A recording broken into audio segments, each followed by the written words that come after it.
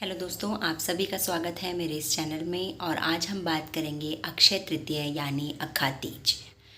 आज हम अक्खा तीज की कथा सुनेंगे और उसकी पूजा विधि के बारे में बात करेंगे। तो सबसे पहले हम जानते हैं कि अक्खा तीज होती क्या है।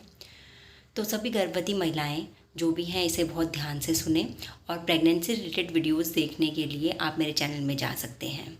और वीडियो पसंद आए तो वीडियो को लाइक ज़रूर करें। तो सबसे पहले अक्खा तीज क्या होती है। वैशाख महीने की शुक्ल पक्ष की तृतीया को अक्खा तीज यानी अक्षय तृतीया कहा जाता है। अब हम बात करेंगे इसके महत्व के बारे में। ठीक है, धार्मिक ग्रंथों में और साथ ही ज्योतिष शास्त्र में, हिंदू धर्म में इसकी बहुत ही अधिक मान्यताएं हैं। यह एक अभूत मुहूर्त है। अभूत मुहूर्त का मतलब है कि अक्षय तृतीया के दिन आप किसी भी मुहूर्त में किसी भी समय कोई भी शुभ कार्य शुरू कर सकते हैं। इस दिन मोस्टली लोग बिजनेस व्यापार की शुरुआत करते हैं। व्यापार के लिए ये बहुत ही शुभ माना जाता है दिन। और ये जो दिन होता है ये बहुत ही महत्व रखता है, इसलिए इस दिन हम बहुत ही शुभ कार्य करते हैं, शुभ संकल्प लेते हैं। इस दिन किए जाने वाले ज्योतिष उपायों का भी बहुत महत्व होता है। अक्षय का मतलब होता है जिसका कभी क्षय ना हो। ठीक है, अब हम बात करते हैं कि इस दिन की महत्वता इतनी क्यों है। तो सबसे पहली चीज़ है, भविष्य पुराण के अनुसार इसी दिन त्रेता युग और सतयुग की शुरुआत हुई थी। इसी दिन महाभारत के युद्ध का अंत भी हुआ था। और यही वो दिन है जिस दिन हमारा जो हिंदू तीर्थस्थल है बद्रीनाथ, उसके दरवाजे भी खोले जाते हैं। और वृंदावन में बांके बिहारी के चरणों के दर्शन भी इसी दिन किए जाते हैं। और ब्रह्म जी के जो पुत्र थे अक्षय कुमार, उनका जन्म भी इसी दिन हुआ था। इसी वजह से इस जो अक्षय तृतीया का दिन है उसकी महत्वता और ज़्यादा अधिक बढ़ जाती है। तो ये तो हुई इसकी महत्वता के बारे में। अब हम अक्षय तृतीया की कथा सुनते हैं, जो पौराणिक कथा है उसके बारे में जानते हैं। प्राचीन काल में एक मनुष्य था जिसका नाम धर्मदास था। वह एक वैश्य था जो ब्राह्मणों में, देवी देवताओं में बहुत ही विश्वास रखता था। उसके परिवार के लोगों की संख्या बहुत अधिक होने के कारण वह बहुत चिंतित रहता था। एक मनुष्य ने उसे अक्षय तृतीया के व्रत के बारे में बताया।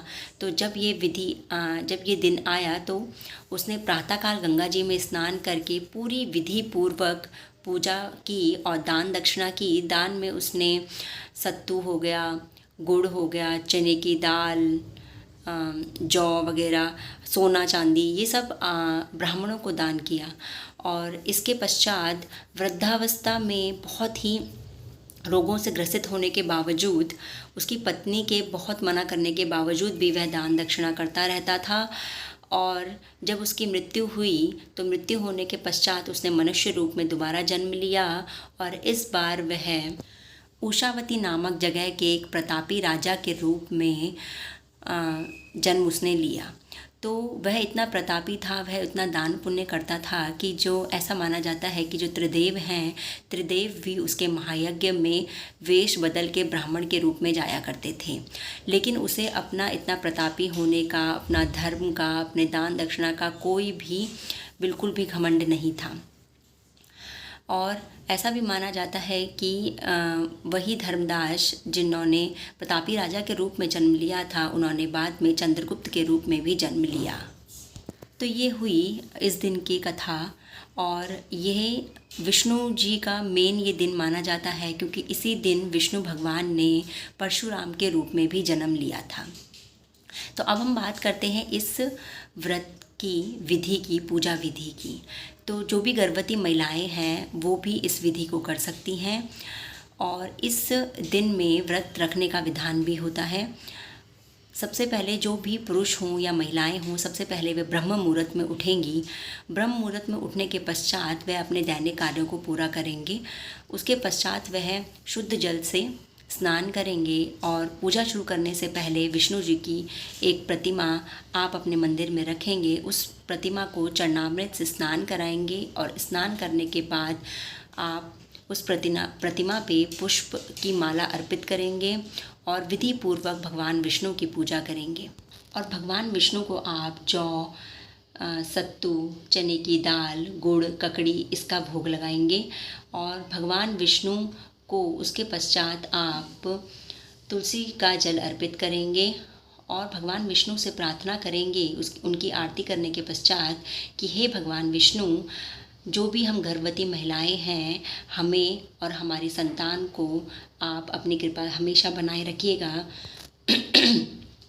और जो भी महिलाएं हैं, जिन महिलाओं का जिन्होंने गर्भ धारण नहीं किया है, वो भगवान विष्णु का व्रत लेके भगवान विष्णु से प्रार्थना करें कि हे भगवान, जिस प्रकार आपने सभी गर्भवती महिलाओं की गोद भरी है, इसी प्रकार आप हमारी गोद भी भरिएगा।